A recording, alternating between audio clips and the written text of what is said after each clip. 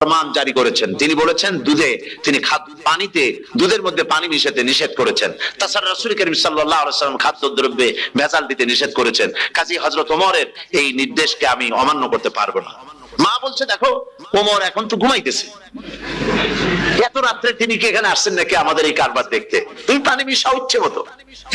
মেয়ে বলছে মা হযরত ওমর ঘুমাতে পারেন, তার পুলিশেরা তার গোয়েন্দা বিভাগের লোকেরা ঘুমাতে পারেন, হযরত ওমরের চোখকে ফাঁকি দেওয়া যাবে, হযরত ওমরের পুলিশকে ফাঁকি দেওয়া যেতে পারে, কিন্তু আল্লাহ রাব্বুল আলামিনের চোখকে ফাঁকি দেওয়া যাবে না। আমার পক্ষে সম্ভব নয়, আমি দুধে পানি মিশাতে পারবো না। হযরত ওমর রাদিয়াল্লাহু তাআলা চলে গেলেন, গিয়ে তার ছেলেকে ডেকে বললেন, ছেলে আমি তো এখন বুড়া হয়ে গেছি, আমার বিয়ের বয়স নাই, আমি একটা মেয়ের খোঁজ নিয়ে আসছি, যদি আমার বয়স থাকতো এই মেয়েটার আমি বিয়ে করতাম। সুবহানাল্লাহ সুবহানাল্লাহ। তো এই মেয়েটা তুমি খোঁজ নাও, যদি বিয়ে না হয়ে থাকে তুমি প্রস্তাব দাও বিবাহের।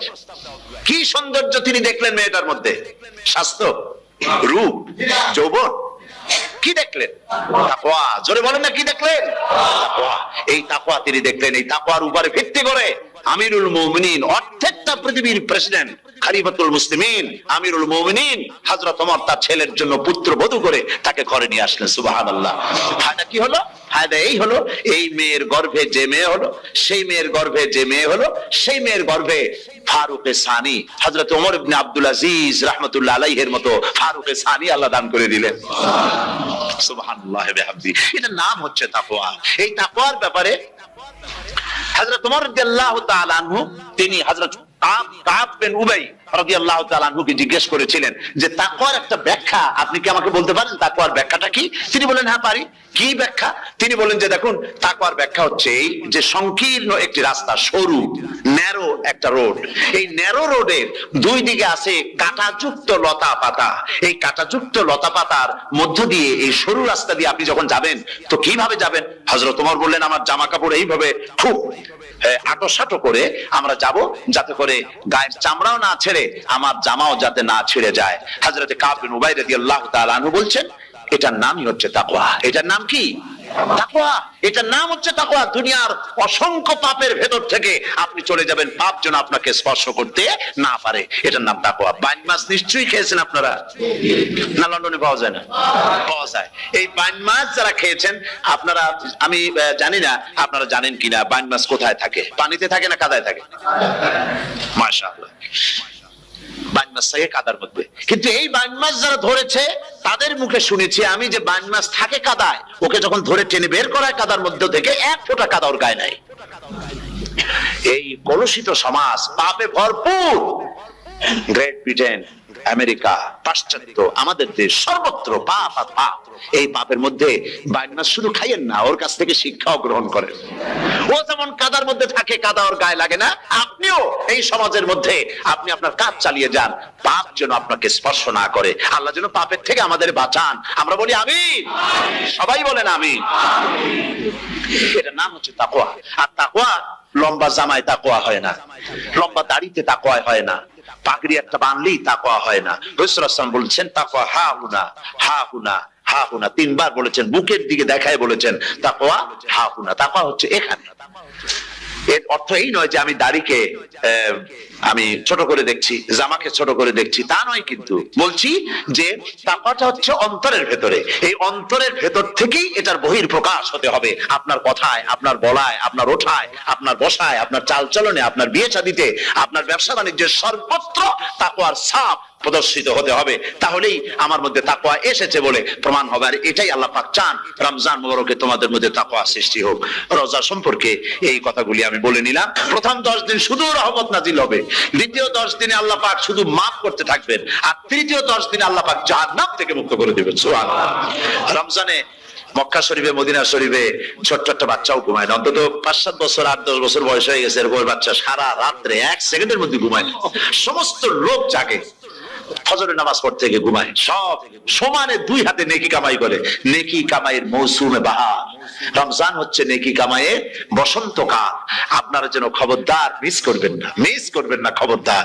এই মাসটা পুরোপুরি কাজে লাগাবার জন্য মায়েরা, আমার মায়েরা, বোনেরা, মেহেরবানি করে এই মাসটা কাজে লাগাবেন। গীবত গাইবেন না, রাগারাগি করবেন না, ঝগড়াঝাড়ি করবেন না, মিথ্যা কথা বলবেন না, তেলাওয়াত, জিকির, আজগার। আর পুরুষেরাও এই জিকির আজগারের মধ্যে, মানুষকে ভালো কাজের আদেশ করার মধ্যে যা আজকে আল্লাহ আমার দিয়ে বলাইলেন, এই কাজগুলি আমি এবং আপনারা সবাই যেন আমল করতে পারি। আল্লাহ তৌফিক দান করুন। যে ব্যক্তি তওবা করে আল্লাহর পথে চলে, নেক আমল করে, পেছনের জীবনের দোষ ত্রুটি যা করেছেন সবগুলির বদলে আল্লাহ রব্বুল আলামিন নেকি লিখে দিবেন। জোরে বলেন সুবহানাল্লাহ। তার মানে হচ্ছে জীবনে যত অপরাধ করেছিল, তওবা করে যখন ভালো কাজ করবে আর পেছনের কথাগুলি যখন মনে করবে গভীর রাত্রে, আল্লাহ আমি এই ধরনের পাপ করেছিলাম, চুরি করেছি, ডাকাতি করেছি, জেনা করেছি, মদ খেয়েছি, মিথ্যা কথা বলেছি, এই সব কথা বলে যত অনুশোচনা করবে আর অনুতপ্ত হবে, চোখ দিয়া যত পানি পড়বে, নতুন নতুন করে তার আমল নামে আল্লাহ নেকি লিখতে থাকবেন। জোরে বলেন সুবহানাল্লাহ। রব্বুল আলামিন তার বান্দাকে এত ভালোবাসেন, একজন সাহাবী কতগুলি পাখির বাচ্চা নিয়ে রাসূলের কাছে হাজির হয়েছেন। আল্লাহর নবী বলেন, এই পাখির বাচ্চাগুলি আনলা কেন? সাহাবী বলেন, হুজুর এই পাখির বাসাটা ভেঙে গিয়েছিল, বাচ্চাগুলি যখন ধরলাম ওর মা আমার মাথার উপরে ঠোকরাতে লাগলো, সে নিজের জীবনের মায়াকে উপেক্ষা করে বাচ্চাগুলিকে হেফাজত করার জন্য আমার উপরে ঝাঁপিয়ে পড়লো। আমি নিয়ে এসেছি এখানে, এই দেখুন ঘরের মধ্যে ঢুকেছে, এখানে ওই পাখিটা এসেছে। আমি রাসূলকে দেখাতে এলাম প্রাণী জগতে মায়ের সন্তানের প্রতি কত মায়া, সেটা দেখাতে এলাম। আল্লাহর নবী বলেন, ও সাহাবী, প্রাণী জগতে সন্তানের প্রতি মায়ের কতটুকু মহব্বত তুমি তাই আমাকে দেখাতে এসেছো।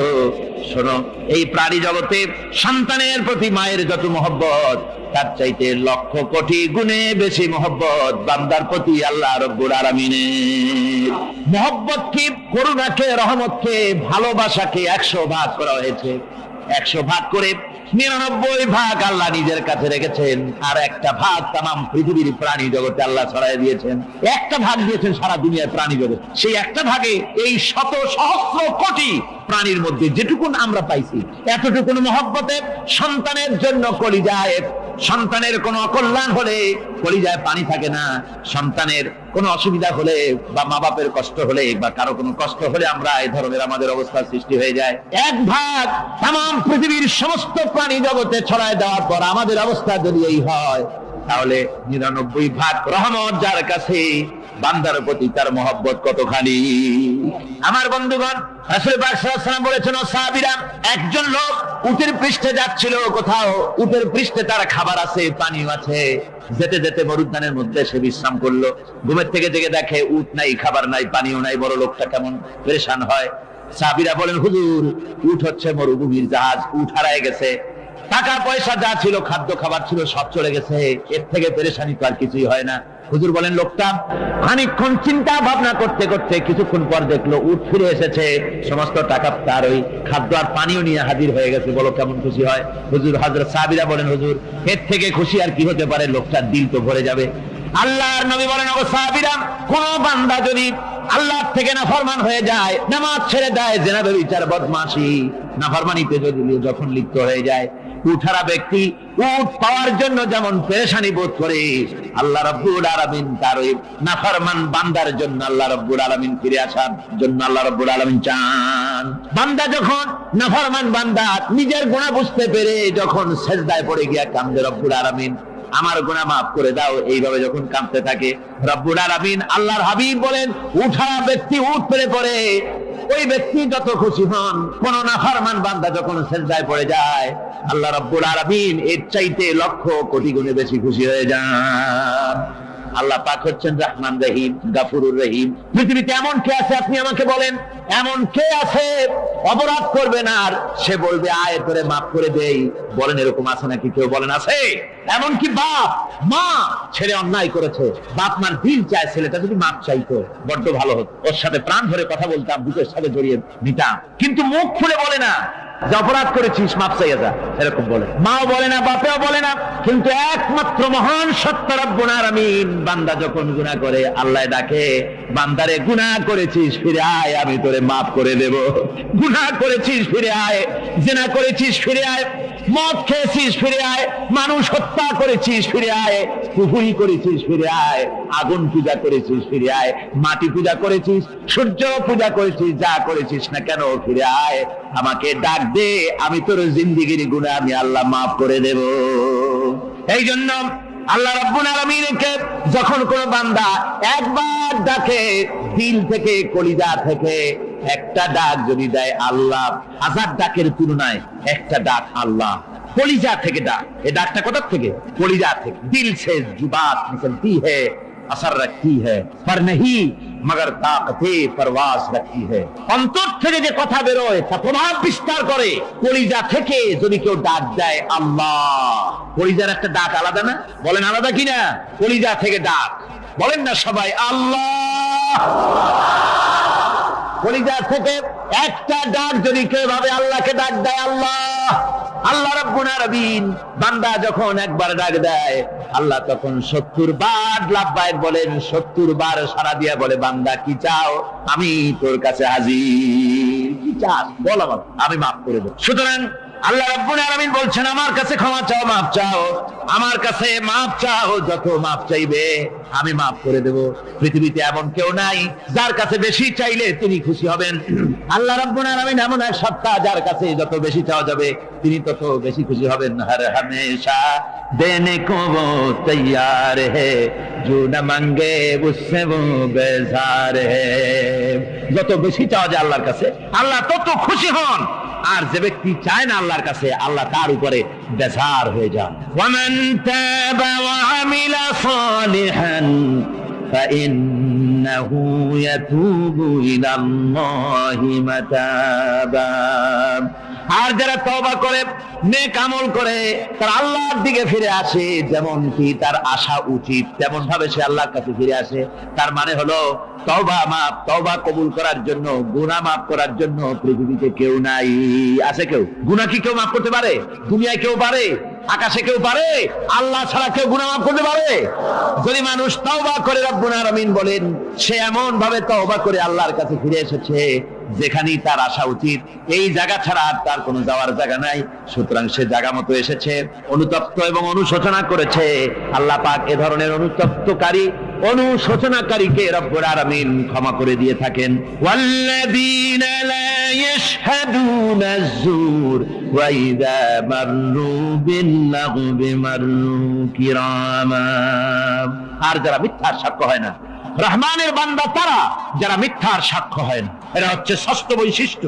আর তারা কোনো অনর্থক, কোনো নিরর্থক কোনো কাজ যদি দেখে, ঘটনা দেখে, সেখান থেকে তারা শরীফ মানুষের মতো, একেবারে নিতান্ত ভদ্র মানুষের মতো সেখান থেকে কেটে পড়ে। গান বাজনা হচ্ছে, নাটক হচ্ছে, অশ্লীলতা হচ্ছে, গালাগালি হচ্ছে, অনর্থক কোনো কাজ হচ্ছে, নিরর্থক কোনো অনুষ্ঠান কিছু একটা হচ্ছে, ওখান থেকে একটা ভদ্রলোকের মতো, যেমন কোনো দুর্গন্ধময় জায়গা থেকে মানুষ যখন যায় নাকে রুমাল দিয়ে আস্তে করে সেখান থেকে পাশ কেটে চলে যায়, ঠিক কিনা? ঠিক ওইভাবে করে আল্লাহ পাক বলছেন আমার মুমিন বান্দারা এই ধরনের কোনো অনর্থক, নিরর্থক যে কাজের মধ্যে কোনো পরকাল নাই, আল্লাহ নাই, দুনিয়ার মানুষের স্বার্থ নাই, দেশের স্বার্থ নাই, রাষ্ট্রের স্বার্থ নাই, জনগণের স্বার্থ নাই, এই ধরনের সমস্ত গাল গপ্প, নাটক, উপহাস, এই ধরনের মজা, এই ধরনের অনুষ্ঠান যখন দেখে আমার মুমিন বান্দারা সেখানে দাঁড়ায় না। ময়লার কাছ থেকে নাকে রুমাল দিয়ে মানুষ যেমন চলে যায়, এই লোকটি তখন অত্যন্ত ভদ্রের মতো আস্তে করে পাশ কেটে বেরিয়ে যায়। ওয়াল্লাযীনা ইযা যুক্কিরু বিআয়াতি রাব্বিহিম লাম ইয়াখিরু আলাইহা সাম্মান ওয়া উমিয়ানা।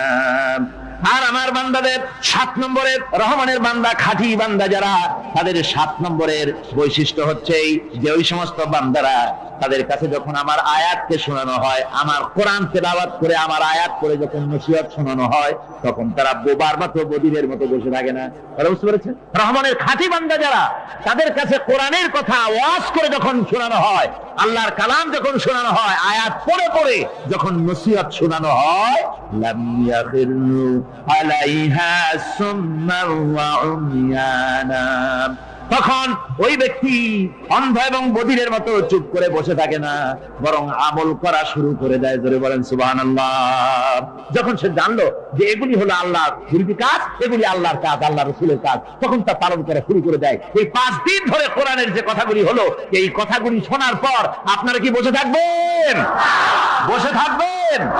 যারা বসে থাকবে এইগুলি শোনার পরে আল্লাহ তাদেরকে বলেছেন এরা হলো অন্ধ, এরা হলো বধির, এরা হলো বোবা। তাকে ঠেকাচ্ছেন না, ওই ছেলে তো জাহান্নামে যাচ্ছে, আপনার দরদ হওয়া উচিত, ওই ছেলেকে ফিরানো দরকার আর আল্লাহর কাছে দোয়া করা দরকার। আমার বন্ধুগণ, দোয়া আল্লাহ নিজেই শিখাই দিচ্ছেন, দোয়া করো।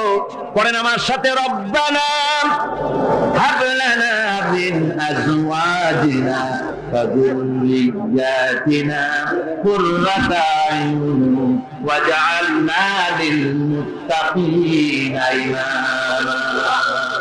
أولئك يجزون الغرفة بما صبروا ويلقون فيها تحية وسلاما। আল্লাহ পাক বলেন এই সব লোকদের জন্য তারা যে সবর করেছিল সেই সবরের কারণে আমি তাদের উত্তম জাযা দান করব। আর তাদের জন্য ফেরেশতারা চতুর্দিক থেকে ফেরেশতারা তাদের জন্য সম্বোধন করবে, তাদেরকে সম্বর্ধনা দিবে, ফেরেশতারা তাদের সম্বর্ধনা দিবে।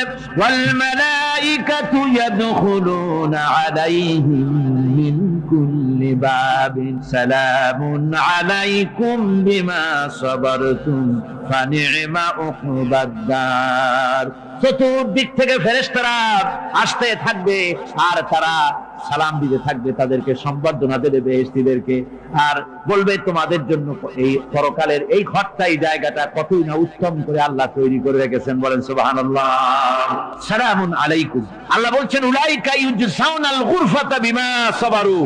তোমরা যে সবর এখতিয়ার করেছিলে সেজন্য আজকে তোমাদের জন্য আমি এই বিরাট নিয়ামত তোমাদের জন্য রেখেছি।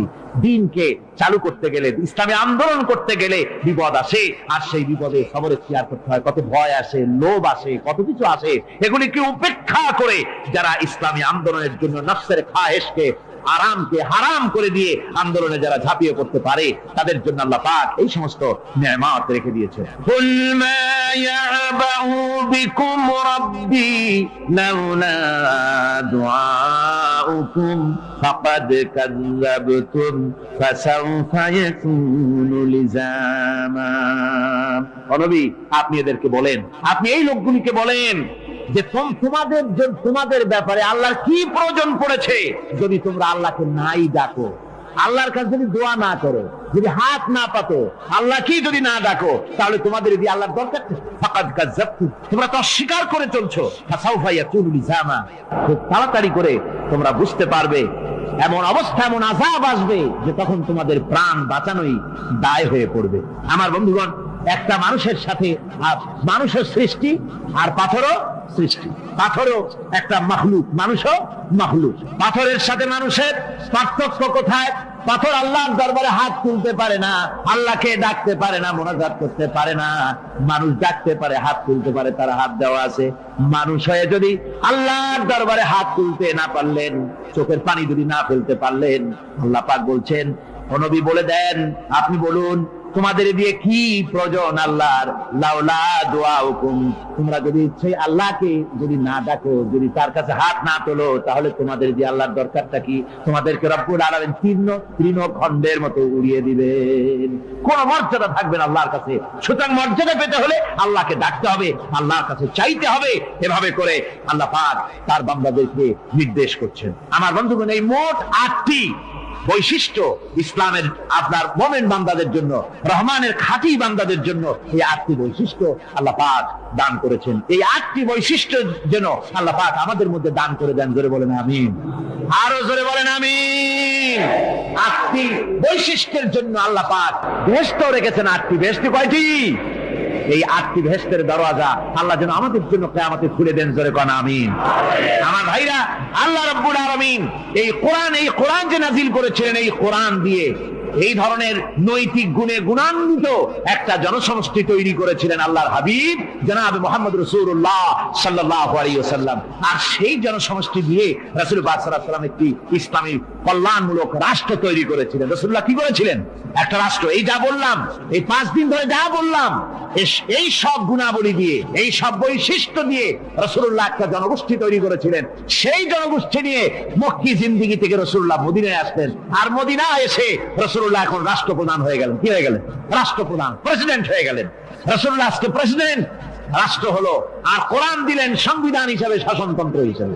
আল্লাহর নবী বললেন, আজকে আমি দেশবাসীকে এমন একটা কনস্টিটিউশন, এমন একটি সংবিধান দেশবাসীকে আমি দিলাম, যেই সংবিধানের বদৌলতে সমাজে আর চুরি থাকবে না, ডাকাতি থাকবে না, জেনা থাকবে না, ব্যভিচার থাকবে না। এর বদৌলতে মানুষ এখন দরজা খুলে ঘুমাতে পারবে, আর কোনো অশান্তি থাকবে না, চুরি হবে না, ডাকাতি হবে না, নারী ধর্ষণ হবে না, হত্যা হবে না, আরামের জমিন হয়ে যাবে, আর মানুষ শান্তিতে বসবাস করতে পারবে। হুজুর বললেন খায়রুল কুরুনি কারনি, সর্বশ্রেষ্ঠ যুগ হচ্ছে আমার যুগ। আমার বন্ধুগণ, কোরআনের সমাজই ছিল পৃথিবীর সর্বশ্রেষ্ঠ সমাজ।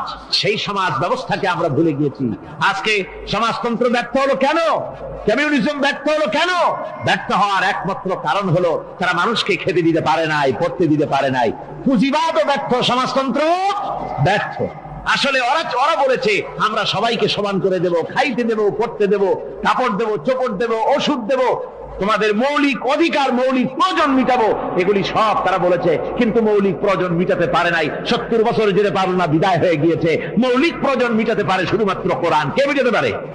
জোরে বলেন, কে পারে?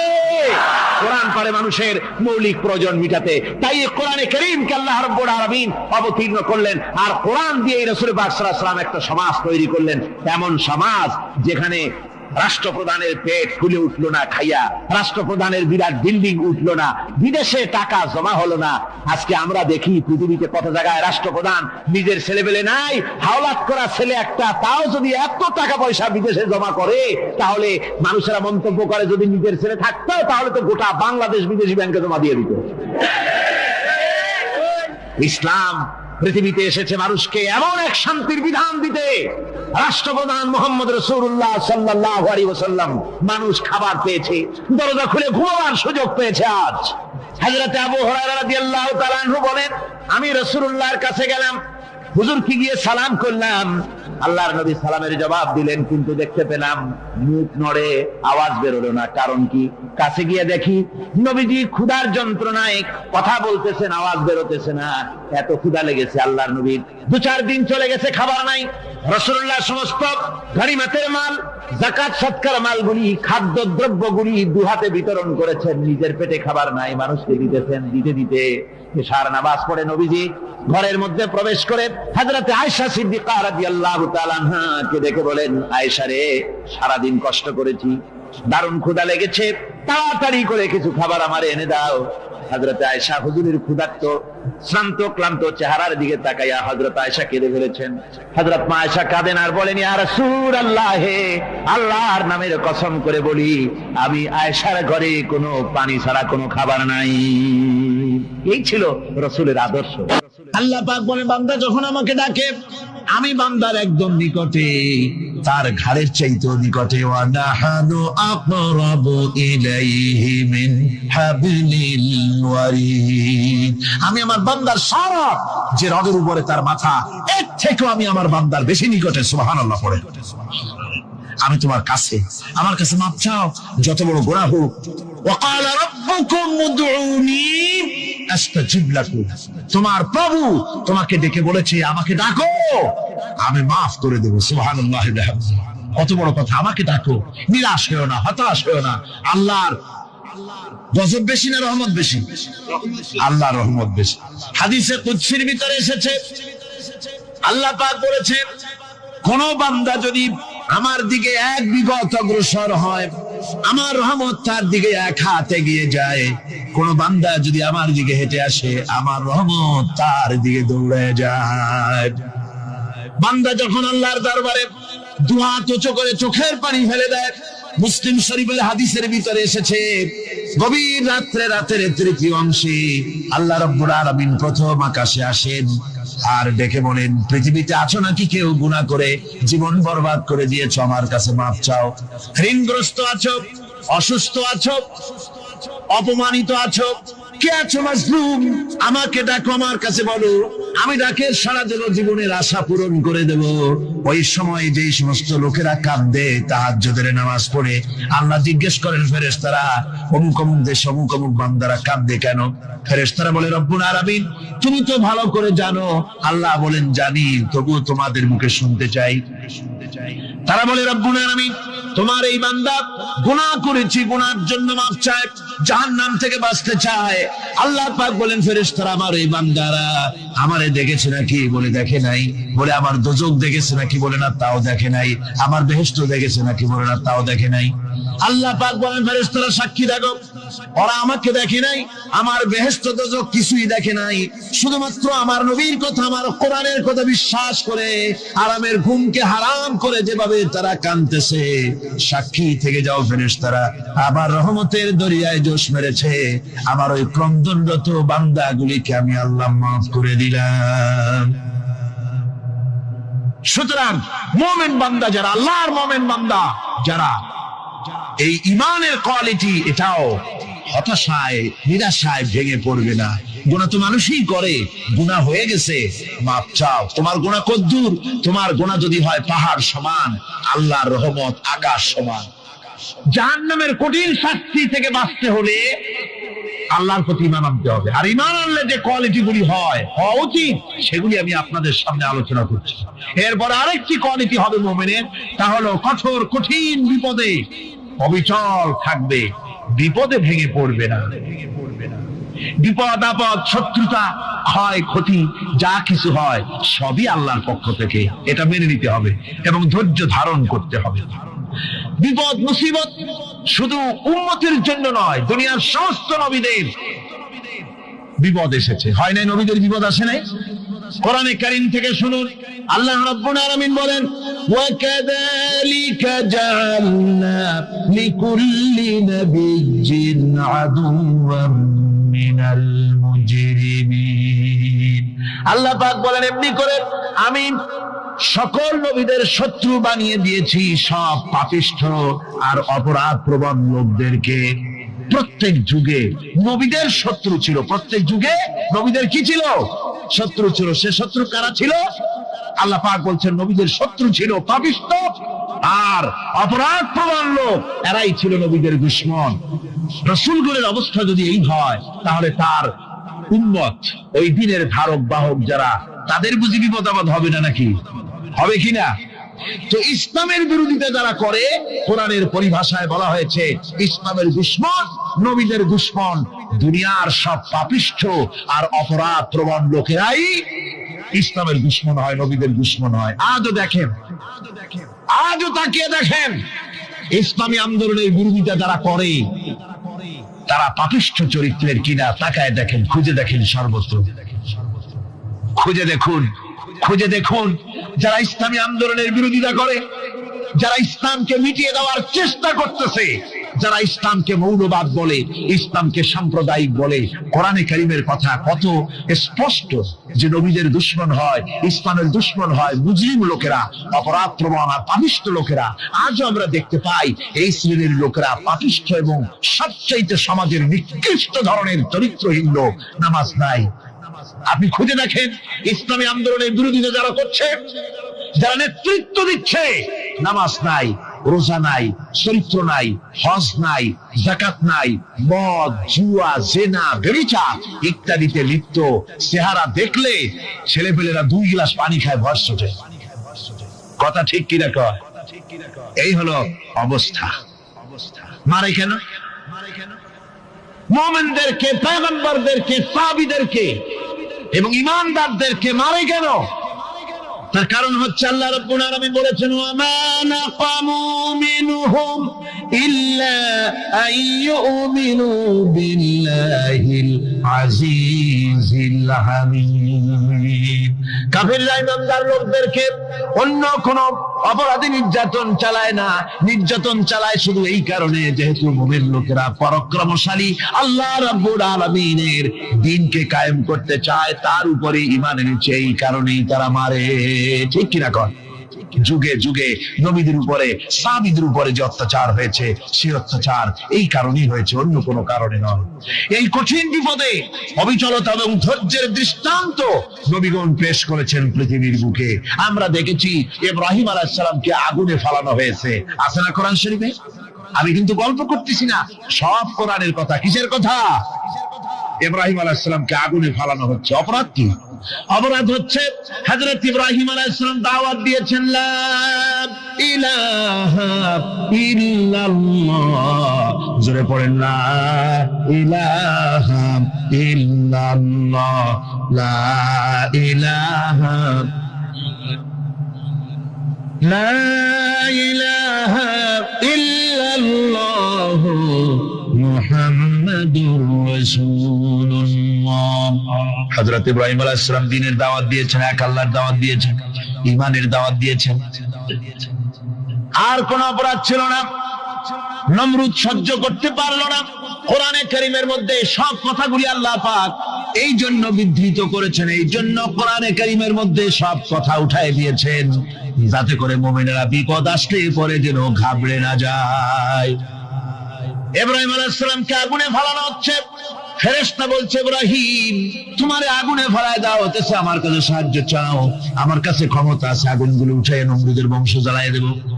হযরত ইব্রাহিম ফেরেশতার কাছে সাহায্য চাইছিলেন নাকি? তিনি বললেন, ফেরেশতা তোমার কাছে সাহায্য কেন চাইবো? আমি তো এমন কোন অন্ধ আল্লাহর ইবাদত করি না যেই অন্ধ স্রষ্টা তার গোলামের দুঃখ দুর্দশা না দেখেন। আমি তোমার কাছে সাহায্য চাইবো না। হযরত ইব্রাহিম আলাইহিস সালাম পাশ করলেন। কি বলেন, পাশ করছেন না? ঈমানের পরীক্ষায় পাশ। আগুনের মধ্যে হযরত ইব্রাহিমকে যখন ফেলানো হচ্ছে, রব্বুল আলামিন আগুনের প্রতি নোটিশ করে দিলেন, ইয়া নারু কুনি বারদাও ওয়া সালামান আলা ইব্রাহিম। আগুন আমার ইব্রাহিমের জন্য শান্তিদায়ক, ঠান্ডা হয়ে যা। এখন কি আর আগুনের বাপের ক্ষমতা আছে ইব্রাহিমকে পোড়ানো? আর ক্ষমতা নাই। আমার বন্ধুগণ, ইব্রাহিম আগুনের ভিতরে আরামে বসা আছেন, আর ওদিকে নমরুদ বসে বসে দেখতেছে দূর থেকে। ইব্রাহিম তো জ্বলে না, গায়ের মধ্যে আগুন জ্বলে গেল। ডাক দিয়ে কয়, আগুন তোর হলো কি? কেন জ্বালাইতে পারিস না আমার দুশমন রে? হলোটা কি তোর? তোর কি জ্বালানো শক্তি বন্ধ হয়ে গেল নাকি? আগুনের ভিতর থেকে জবাব এলো, নমরুদ রে, আমার ভিতরে জ্বালানো শক্তি আছে কি নাই যদি প্রমাণ করতে চাও, টেস্ট করতে চাও, তুই নিজে আয়, তোরে শুদ্ধ তামাম দুনিয়া জ্বালাই দিতে পারি, ইব্রাহিমের এক গাছা পশমও জ্বালাই দিতে পারি না। তার কারণ হচ্ছে আমি হচ্ছি মাখলুক, আল্লাহ হচ্ছেন খালিক। আল্লাহ আমাকে বলেছেন না জ্বালাতে, তুমি 1000 বার বললেও আমি ইব্রাহিমকে জ্বালাইতে পারবো না। কোরআনে কারীমে ঘটনা বলে মুমিনদেরকে সাহস দেওয়া হচ্ছে, মুমিনেরা দ্বীনের কাজ করতে গিয়ে বিপদ আবাজ আসবে, ঈমানের দাবি হলো বিপদ আসবে, আর বিপদ আসলে ঘাবড়ায় যেও না, মুসিবতে পড়ে চিন্তায় পেরেশানে হয়রান হয়ে যেও না। বিশ্বকবি আল্লামা ইকবাল কি সুন্দর করে বলেছেন, আজ ভি হো জু ইব্রাহিম কা ইমা पैदा आग कर सकती है एक अंदाज गुलिस्तां पैदा। ইব্রাহিমের ঈমান যদি আজিও কোথাও হয় বিদ্যমান, করতে পারেন অগ্নিকুণ্ডে খুবসুরত এক গুলিস্তান। আজও যদি আগুনের ভিতরে কোন নমরুদ কোন ইব্রাহিমকে যদি ফেলে দেয়, আল্লাহ রাব্বুল আলামিন আজও আগুনকে ফুলের বাগান বানায়া দিবেন। সুবহানাল্লাহ। ভয় পাওয়ার কারণ নাই, চিন্তা করার কোনো কারণ নাই। আমার বন্ধুগণ, হযরতে হুদ আলাইহিস সালামকে যখন সমাজের লোকেরা, রাষ্ট্রের লোকেরা ঘিরে ফেলে দিল, সমাজ শক্তি, রাষ্ট্র শক্তি যখন তাকে ঘিরে ফেলে দিল, ষড়যন্ত্রের পাহাড় তুলে দিল, তারে মেরে ফেলে দিবে, হযরত হুদ দেশ থেকে তা পালায় গেলেন না, ভয় পেলেন না। হযরতে হুদ আলাইহিস সালাম বললেন, কোরআনে কারীমে হযরত হুদের কথা কোট করা হলো, ফাকিদুনি জামিআন সুম্মা লা তুনজিরুন। সম্মিলিতভাবে ষড়যন্ত্র করো আমার বিরুদ্ধে, সবাই মিলে ষড়যন্ত্র করো, সুম্মা লা তুনজিরুন, আর আমাকে এতটুকু অবকাশ তোমরা দিও না। ইন্নী তাওয়াক্কালতু আলাল্লাহি রাব্বি ওয়া রাব্বিকুম, আমি ভরসা করেছি সেই আল্লাহর উপরে যার কুদরতি হাতের ভেতরে, যিনি আমাদের রব তোমাদেরও রব, আর যার কুদরতি হাতের ভিতরে তামাম পৃথিবীর জানগুলি যার হাতে সে আল্লাহর উপরে ভরসা করেছি, ষড়যন্ত্র যদ্দূর আছে করতে থাকো, আমি ষড়যন্ত্র পরোয়া করি না। দুজন ফেরেশতা আসবে, কবরের কাছে যারা এসেছিল দাফন হয়ে যাওয়ার পর এই লোকগুলি 40 কদম যেতে যতক্ষণ লাগে এর মধ্যেই দুজন ফেরেশতা এসে যাবে, এসে জিজ্ঞেস করবে মান রব্বুকা, তুমি কোন দল করতে? ওটা তাদের জানার দরকার নেই। চাকরি কিসে করতেন ওটা জানার দরকার নেই। ব্যবসা করতেন না চাকরি করতেন প্রয়োজন নেই। প্রথমেই জিজ্ঞাসা করা হবে ন্যাশনালিটি, প্রথমেই জিজ্ঞাসা করা হবে তার ন্যাশনালিটি সম্পর্কে, তার আইডেন্টিটিটা কি, এবং সেটাকে সত্যায়িত করার জন্য, বোঝার জন্য 3টি প্রশ্ন।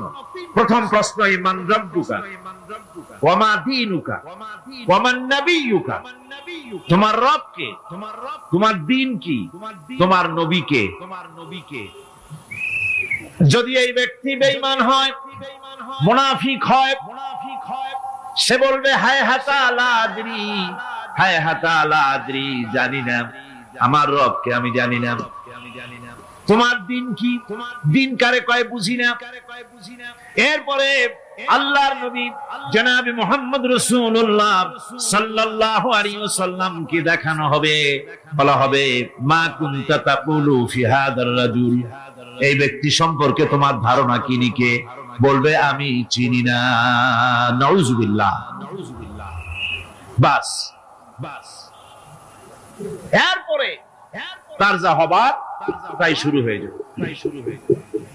আর যদি বান্দাটা মুমিন হয়, প্রশ্ন করা হবে মান রব্বুকা, জবাব দেবে রব্বি আল্লাহ, আমার রব আল্লাহ রাব্বুল আলামিন।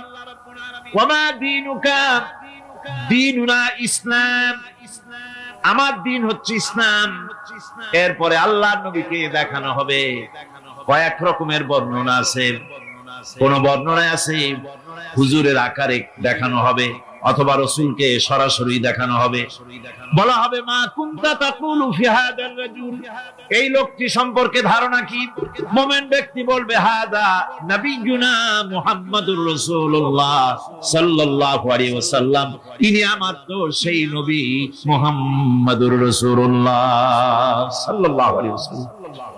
আমরা যেন এই রকমের জবাব দিতে পারি, আল্লাহ কবুল করো। সকলে জোরে বলেন আমিন।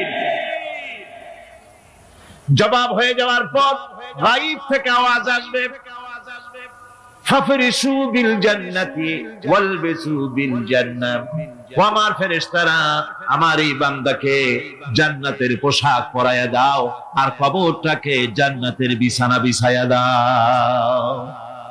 জান্নাতের পোশাক পরায়া দাও, জান্নাতের বিছানা বিছায়া দাও। ইলা মাদ্দা বাসারিহি, তার চোখের দৃষ্টি যতদূর যায় কবরটা ততটা প্রশস্ত করে দাও। এরপর বেহেশতের পোশাক পরাইয়া, বেহেশতের বিছানা বিছায়া ফেরেশতা বলবে নূম কানাউমুল উরুস, ঘুমিয়ে যাও। দুলামিয়া যেমন বাসর সজ্জায় নতুন বউ নিয়ে আরামে ঘুমায়, এরকম আরামে ঘুমায় যাও। ইলা ইয়াউমিল কিয়ামা, কিয়ামত পর্যন্ত ঘুমায়, আরামে ঘুমিয়ে থাকবে। এরপরে সিংহায় ফুৎকার হবে, সিংহার ফুৎকারের আওয়াজে তার ঘুম ভেঙে যাবে। বলবে ইয়া ওয়াইলানা মান বা'আথানা মিন মারকাদিনা, হায় আফসোস, আমার এত আরামের ঘুম থেকে কে আমাকে জাগ্রত করলো, আমার ঘুমটারে নষ্ট করলো কে। আওয়াজ আসবে হাযা মা ওয়াদার রহমান ওয়া সাদাকাল মুরসালুন, এটা হচ্ছে রহমানের সেই ওয়াদা, আর মুরসালিনরা নবীরা সত্য কথাই বলেছিলেন, সেই কিয়ামত অনুষ্ঠিত হচ্ছে। আমার বন্ধুগণ, সেজন্য এই দুনিয়ার মোহে পড়ে থাকলে পরে দুনিয়ায় যারা অগ্রাধিকার দিবে দুনিয়াকে পরকালের তুলনায়, জবাব দিতে পারবে না কবরের ভিতরে গিয়া। আর যারা পরকালকে অগ্রাধিকার দিবে, দুনিয়ার চাইতে পরকালকে বেশি অগ্রাধিকার দেবে, আর আল্লাহর ভয় কলিজার ভিতরে রাখবে, কবরের জবাব সঠিকভাবে দিতে পারবে, কিয়ামতের দিন আল্লাহ রাব্বুল আলামিন তাদের জন্য জান্নাত দান করবেন। জোরে বলেন আমিন। দুনিয়াটা হচ্ছে দুনিয়া যেখানে আমরা আছি। আমি আগেই বলেছি দুনিয়া হচ্ছে আদনা শব্দ থেকে এর উৎপত্তি হয়েছে। তুচ্ছ, নিকৃষ্ট, এটার দাম নাই, এটার মূল্য নাই, এটার মূল্য নাই। হযরত ইবনে কাইয়িম রাহিমাহুল্লাহ নওয়ারাল্লাহু মারকাদাহু ওয়া জাআলাল জান্নাতা মাথওয়াহু, হযরত ইবনে কাইয়িম তিনি বলছেন, সুন্দর করে বলছেন দুনিয়া সম্পর্কে, মা মাদা ফিদ দুনিয়া আহলামুন ওয়া মা বাকিয়া মিনহা আমানি ওয়াল ওয়াক্তু বাইনাহুমা দাইউন। মা মাদা ফিদ দুনিয়া আহলামুন, জীবনের যে অংশ ফেলে এসেছি সেটা আজ একটা স্বপ্ন।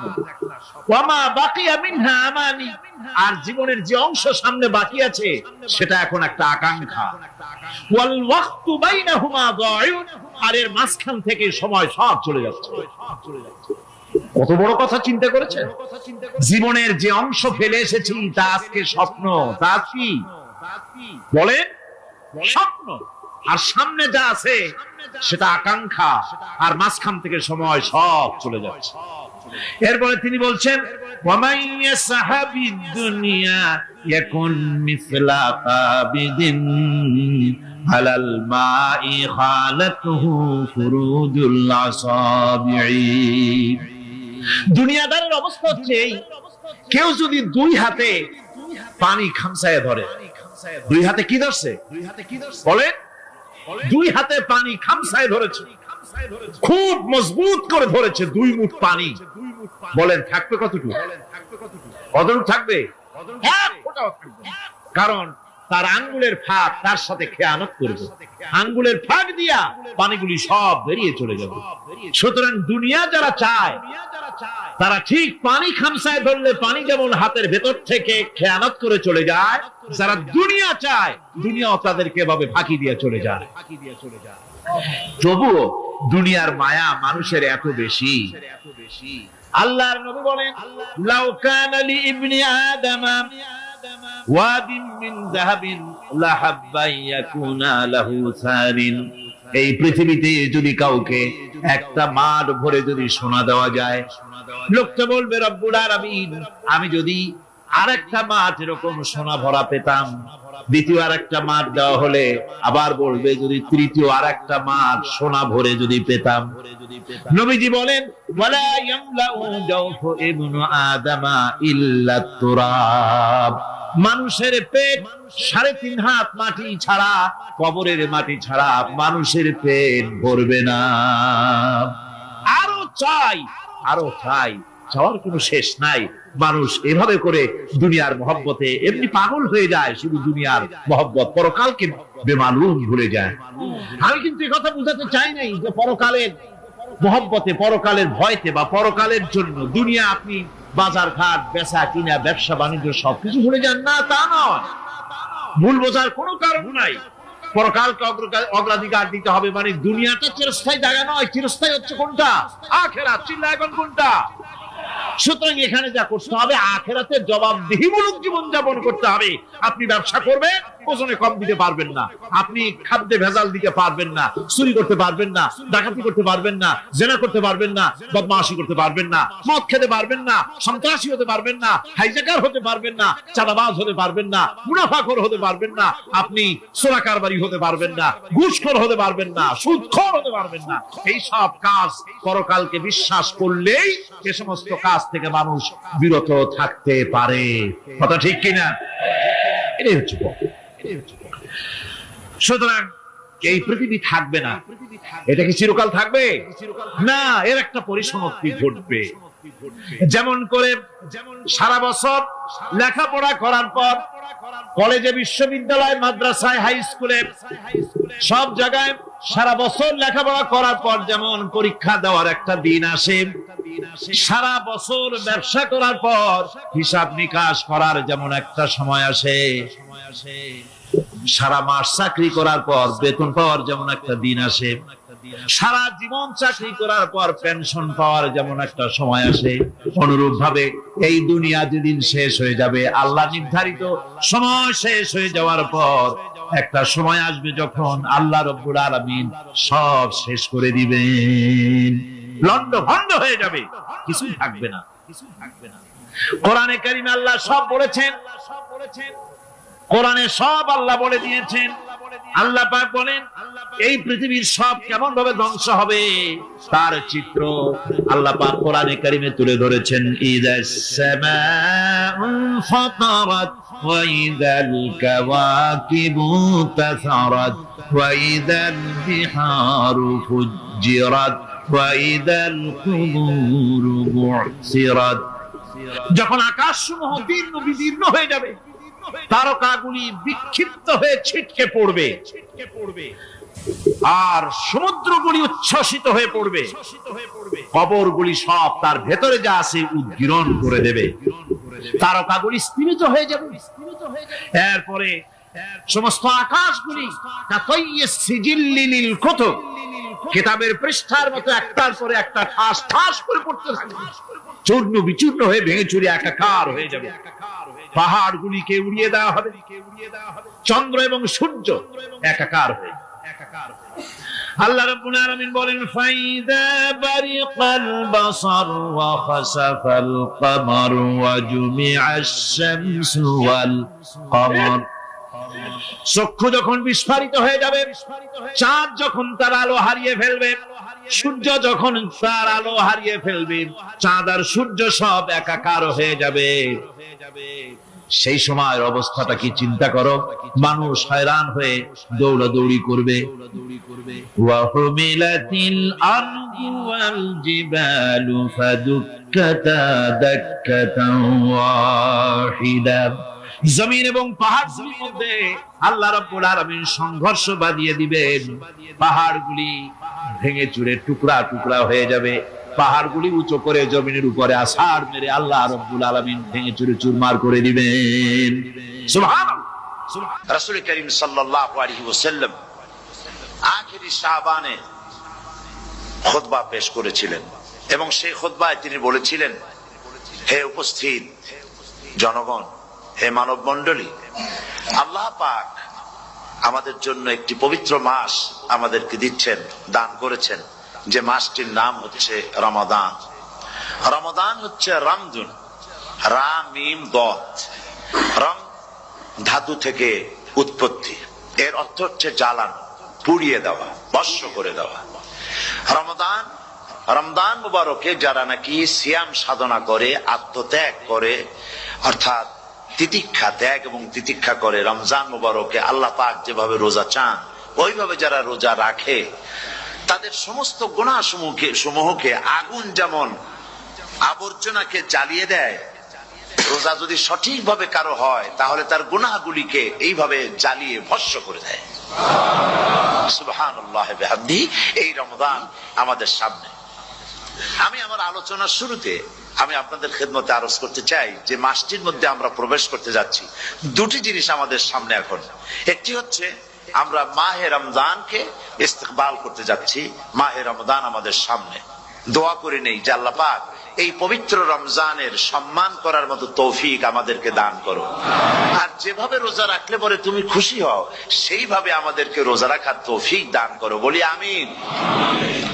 এটি হচ্ছে সর্বশ্রেষ্ঠ মাস আল্লাহ পাক মুসলমানদের জন্য দান করেছেন। আবারও বলি আলহামদুলিল্লাহ। কোরআন শরীফের মধ্যে আল্লাহ সমস্ত ইবাদতের কথা বলেছেন, কিন্তু ডিটেইলস আলোচনা করেন নাই। হজ করতে হবে, কিন্তু ওকুফে আরাফা করতে হবে, রমিয়ে হিজার করতে হবে, রমিয়ে জিবার করতে হবে, তারপরে 7 বার তাওয়াফ করতে হবে, সাফা মারওয়া সাই করতে হবে, এগুলি কিন্তু কোরআন শরীফে আসে নাই, ডিটেইলস আসে নাই। নামাজ পড়তে হবে, কিন্তু জোহরে কয় রাকাত, আসরে কয় রাকাত, মাগরিবে কয় রাকাত, এই রাকাতগুলি কিভাবে বিন্যস্ত করতে হবে কোরআন শরীফে তা আসে নাই, বর্ণনা করা হয়নি। যাকাত দিতে হবে, কিন্তু কত টাকা হলে কত টাকা দিতে হবে, কত মন ধান হলে কতটুকু দিতে হবে, কত ছাগল হলে, কত গরু হলে, কত পরিমাণ সোনা হলে, কত পরিমাণ রৌপ্য মজুদ থাকলে যাকাত দিতে হবে, এর বিস্তারিত বিবরণ কোরআন শরীফে আসে নাই। চিন্তা হতে পারে যে তাহলে এগুলো আমরা পাইলাম কই? আমরা পেয়েছি কোরআনের ব্যাখ্যা হচ্ছে রাসূল করিম সাল্লাল্লাহু আলাইহি ওয়াসাল্লাম, হুজুর এটাকে আমাদেরকে বলে দিয়েছেন, তিনি সারে ছিলেন, শরীয়ত প্রণেতা ছিলেন। তো সমস্ত ইবাদতকে আল্লাহ পাক সংক্ষেপে সংক্ষেপে তিনি আউটলাইন অথবা গাইডলাইন তিনি দিয়েছেন আল্লাহ পাক। রমজান মুবারক হচ্ছে একমাত্র ইবাদত যে রমজান সম্পর্কে আল্লাহ পাক ডিটেইলস পূর্ণ একটি রুকু আল্লাহ পাক আলোচনা করেছেন। সুবহানাল্লাহ। রোজা শুরু করবেন কোনখান থেকে, শেষ করবেন কোথায় গিয়ে, সফরে প্লেনে যখন চলবেন তখন আপনার রোজার অবস্থা কি হবে, যদি দেশে যান তখন কি হবে, অসুস্থ হলে কি হবে, কিভাবে রোজা রাখবেন, কিভাবে রোজা ভাঙবেন, তারপরে কখন শুরু হবে, কখন কি হবে ইত্যাদি বিস্তারিত বিবরণ। রোজার মতো করে এত অন্য কোন ইবাদতের ব্যাপারে আল্লাহ এতটা বলেন নাই যতটা বলেছেন রোজার ব্যাপারে। তাহলে নিশ্চয়ই বুঝতে পারছেন রোজাটা অত্যন্ত গুরুত্বপূর্ণ ইবাদত। সবটাই গুরুত্বপূর্ণ, কিন্তু রোজাটা আল্লাহর কাছে বেশি গুরুত্বপূর্ণ। সুবহানাল্লাহ। আচ্ছা, বেশি গুরুত্বপূর্ণ কেন সে কথা কি বলবো? অবশ্যই বলবো। বেশি গুরুত্ব এই কারণে, আল্লাহ পাক বলেছেন, এটা হচ্ছে হাদিসে কুদসি। আল্লাহ পাক বলেছেন, আস-সাওমু লি ওয়া আনা আজজি বিহি। অন্য রিওয়ায়াতে এসেছে ওয়া আনা উজজা বিহি। আস-সাওমু লি, রোজা হলো আমার জন্য। কে বলতেছেন বলুন তো? আল্লাহ পাক বলছেন রোজা হচ্ছে আমার জন্য, রোজার পুরস্কার আমি দেব। অন্য বর্ণনায় এসেছে রোজা আমার জন্য আর রোজাদারের পুরস্কার আমি আল্লাহ নিজেই পুরস্কার। সুবহানাল্লাহ, সুবহানাল্লাহ। তাহলে প্রশ্ন আসে, আল্লাহ পাক বলছেন রোজা আমার জন্য, আস-সাওমু লি। আল্লাহ তো একথা কোথাও বলেননি আজ-যাকাতুলি, আস-সালাতুলি, আল-হাজ্জুলি। রোজা আমার কি বলে, যাকাত আমার জন্য, হজ আমার জন্য, নামাজ আমার জন্য, একথা কিন্তু আল্লাহ বলেন নাই। অবশ্যই আমরা যাকাত হোক, নামাজ হোক, হজ হোক কার জন্য করি? আল্লাহর জন্য করি। রমজানের ব্যাপারে আল্লাহ খাস করেছেন যে আস-সাওমু লি, রোজা আমার জন্য। এই কথাটার অর্থ কি, তাৎপর্য কি, ব্যাখ্যা কি, সিগনিফিকেন্স কি? এর সিগনিফিকেন্স হচ্ছে এই যে প্রত্যেকটা ইবাদতের দুটি ধরন আছে। কয়টা ধরন বলুন তো? দুটি ধরন। একটি ধরন হচ্ছে বাহ্যিক আর একটা হচ্ছে আভ্যন্তরীণ। প্রত্যেকটা ইবাদতের দুটি দিক আছে, একটা মানুষকে দেখানো আর একটা ভেতরের। যেমন নামাজ, একটি লোক নামাজ পড়ে না, কিন্তু এমন একটা সমাবেশের মধ্যে পড়ে গেছে সবাই নামাজ পড়ে। এখন আমি যদি নামাজ না পড়ি তাহলে লোকে বলবে কি? তখন উজু আছে কি না আছে দাঁড়ায় গেল আল্লাহু আকবার। তাহলে দেখা গেল নামাজ আল্লাহর জন্য পড়ে, আবার মানুষের জন্য দেখাবার জন্য করে। যাকাত এটা দেয় মানুষে, তার নিয়তটাকে আল্লাহ পাক ভালো জানেন। কিন্তু কিছু লোক তেমন আছে যাকাতের নামে লুঙ্গি, আমাদের দেশে আছে, এখানে কি করে আমি জানি না, লুঙ্গি শাড়ি কিনে তারপরে বাড়িতে সব জমা করে এরপরে গরিবদের দাওয়াত দেয় এবং সকলকে দেখায় এইভাবে লুঙ্গি দিল, শাড়ি দিল, লোকেরা দেখলো যে যাকাত দিল, খুব যাকাত দিয়েছে। কোরবানির ব্যাপারে এভাবে বিরাট একটা গরু কিনলো, কিনে মানুষকে দেখাইলো। চট্টগ্রামে আছে সবচেয়ে বড় দামের গরু একটা কিনে গরুর গলায় মালা একটা পরাইয়া তারপরে শহর ঘুরায়। এখন অবশ্য এটা কমে গেছে আগের থেকে অনেক। মানুষ দেখুক যে ও মুখে এই গরুটা কোরবানি করেছে। এটা কি কোরবানির জন্য হলো না মানুষকে দেখাবার জন্য হলো? হজ, টাকা আছে, লোকেরা বলবো কি যে এত টাকার মালিক তাও হজে যায় না, সুতরাং যাই একটু হজ করে আসি। তাহলে হজ করা গেল, আবার মানুষকে দেখাবার জন্য করলো। দুটি জিনিস আছে। কিন্তু একমাত্র রোজা যদি কেউ রাখে মানুষকে দেখাবার জন্য সকাল থেকে শুরু করে সন্ধ্যা পর্যন্ত না খাইয়া কোনো পাগলও থাকবে না। বলেন আপনারা ঠিক কিনা? সে তো মানুষকে দেখাবার জন্য দাঁত পরিষ্কার করে নিল আর দুপুরে ভাত খাই নিল, বউতেও টের পাইলো না। পারবে কিনা? পারবে। টয়লেটে গিয়ে খাই নিল ভালো করে, কোন একটা আড়াল জায়গা নিয়ে খেয়ে গেল, বাচ্চাও দেখলো না, বউতেও দেখলো না, খেয়ে নিল। তাহলে সে তো রোজা রাখলো না।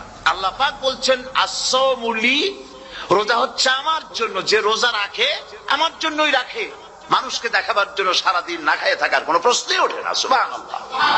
সুতরাং রোজা যে রাখলো সে আমার জন্যই রাখলো। ওয়া আনা আজজি বিহি, রোজার পুরস্কার আমি আমার হাত দিয়ে দেব। সুবহানাল্লাহ, আমার হাত দিয়ে দেব। ম্যানেজার যদি বলে এই কাজগুলি করলে পরে বেতন, নির্ধারিত বেতন পাবা, আর এইটা যদি করো তাহলে বেতনটা আমি দেবো আমার হাত দিয়া, তাহলে এমপ্লয় যারা তারা বুঝতেই পারবে যে মালিক যখন নিজেই দেবে তাহলে ম্যানেজারের মতো দেবে না, মালিক মালিকের মতোই বড় করে দেবে। তো আল্লাহ পাক ফেরেশতাদের কাছে এটা রাখেন নাই, সব নাকি তোমরা লেখো গিয়া, আর রোজার সওয়াব আমার হাত দিয়ে আমি দেব। সুবহানাল্লাহ।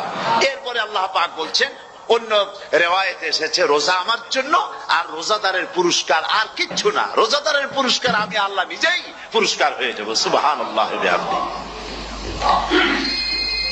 হাদিস শরীফে এসেছে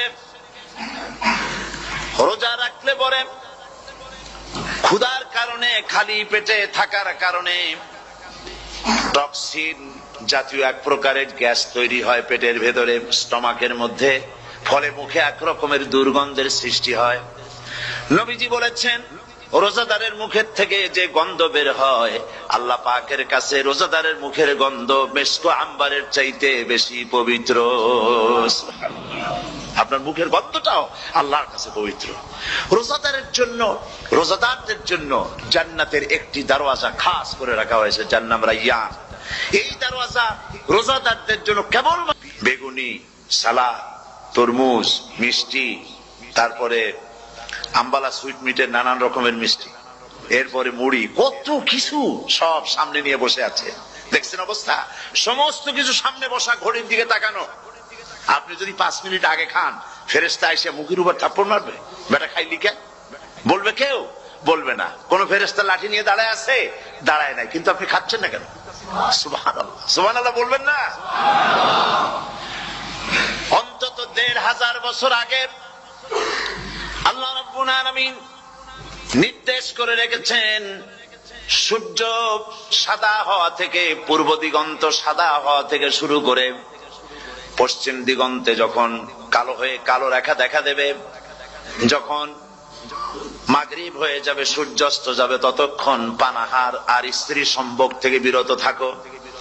1500 বছর আগের আল্লাহ রাব্বুল আলামিনের এই নোটিশ কিভাবে কার্যকরী হচ্ছে উম্মতের মধ্যে, মুসলমানদের ভেতরে। খাবার সামনে আছে, পিপাসা লেগেছে, এখন তো পিপাসা লাগে না, খুব ঠান্ডার সময়, এখন রোজা রাখতে খুব মজা হবে, তাই না? খুব মজার রোজা। কিন্তু এই রোজা যখন জুন মাস আর জুলাই মাসে আসবে, তখন টের পায় মানুষ রোজা কাহাকে বলে। প্রচন্ড পিপাসা, সামনে সব খাবার পড়ে আছে, একটা খাবারের দিকে রোজাদারের হাত যায় না, ঘড়ির দিকে তাকায় আর চুপ করে বসে বসে আল্লাহর জিকির করতে থাকে। আল্লাহ কয় ফেরেশতারা, দেখ এই বান্দা বানাইতে নিষেধ করছিলি, সুবহানাল্লাহ। আল্লাহ খুশি হয়ে যায়।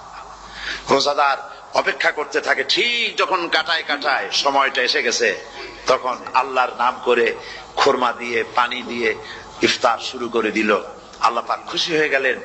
এই যে ইফতার, সারাদিন রোজা রেখে ইফতার করায় যে মজা, রোজা রাখলো না এরকম লোকেরাও কিন্তু ইফতার করে, করে না? পুরান ঢাকায় আছে, ঢাকার তো কয়েকটা এলাকা আছে, পুরান ঢাকার লোকেরা নাকি বলে যে, যারা রোজা রাখে না তারা বলে যে রোজা না রাখে একরকম পাপ করছি, আর ইফতার না করে কবিরা গুনাহ করবো নাকি, ইফতার তো করাই লাগবে। তো খুব মজা করে ইফতার করে তারা। তো সারাদিন রোজা রেখে পেঁয়াজি, ছোলা, বুট, মুড়ি খাওয়ায় যে মজা, সারাদিন ভাত খাইয়া তারপরে ইফতারের শরীক হওয়া, ছাগলে ঘাস খাইলে যেমন লাগে ওইরকম তার মুখে লাগে, এই মজা পাবে না। রোজাদারের যে মজা লাগে সেই মজা সে পাবে না। সারা মাস রোজা থাকার পর, আল্লাহর হুকুম মেনে সারা রাত রোজা রাখার পর, তারপরে ঈদের দিনে জামা কাপড় পরিষ্কার করে, শেরওয়ানি গায়ে লাগাইয়া, পাঞ্জাবি পরে, আতর মেখে, এরপরে ঈদের জামাতে যখন দাঁড়ায় যায়, সে যে মজা পায়, সারা মাস রোজা রেখে ঈদের জামাতে গিয়ে সে যে মজা পায়, যে রোজা রাখলো না, ঈদের দিনে খুব জামা, পাজামা, সেন্ট এগুলো মেখে টেকে প্রথম কাতারে গিয়ে দাঁড়ায় গেছে, ও সেই মজা পাবে না। ওর মনের মধ্যে একটা চোর চোর ভাব থেকেই যায়। সে মনে মনে ভাবে, এই জামাত আমার না, জোর করে আসছি, এইখানে দাঁড়াবার যোগ্যতা আমার নাই। মনের মধ্যে সে একটা অপরাধী ফিল করে, সে ফিল করতে থাকে। সুতরাং রোজাদারের জন্য দুইটা খুশি, একটা হচ্ছে ইফতারের সময়, আর একটা খুশি হবে যখন আল্লাহ তাদেরকে দেখা দেবেন। সুবহানাল্লাহ। এই রোজা আল্লাহ পাক দান করেছেন। আচ্ছা, কি জন্য রোজা আমাদের দিলেন? এই জন্য দিয়েছেন যে একটা মাস পৃথিবীর মুসলমানরা না খেয়ে থাকুক দিনের বেলায়, ওই না খেয়ে থাকার যে খাবারগুলি বাঁচবে, এগুলি আল্লাহ অন্য কোন এলাকার মানুষদের খাওয়াবেন নাকি? এই জন্য করেছেন রোজা, এজন্য করেন নাই। রোজার ফজিলত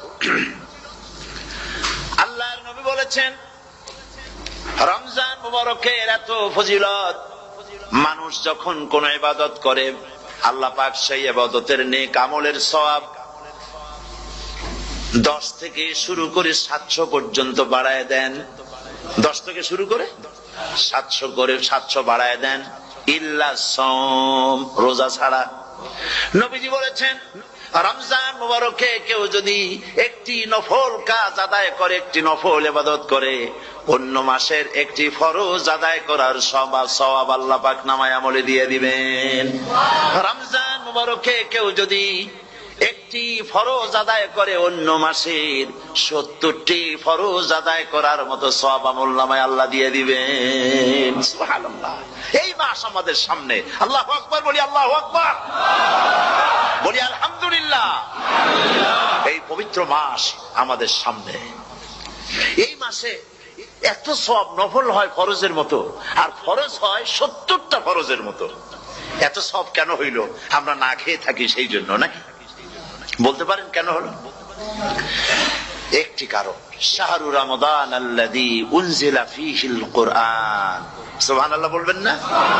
এই রমজান মাস হচ্ছে সেই মাস যে মাসে আল্লাহ রাব্বুল আলামিন কোরআনে কারীমকে নাযিল করেছেন।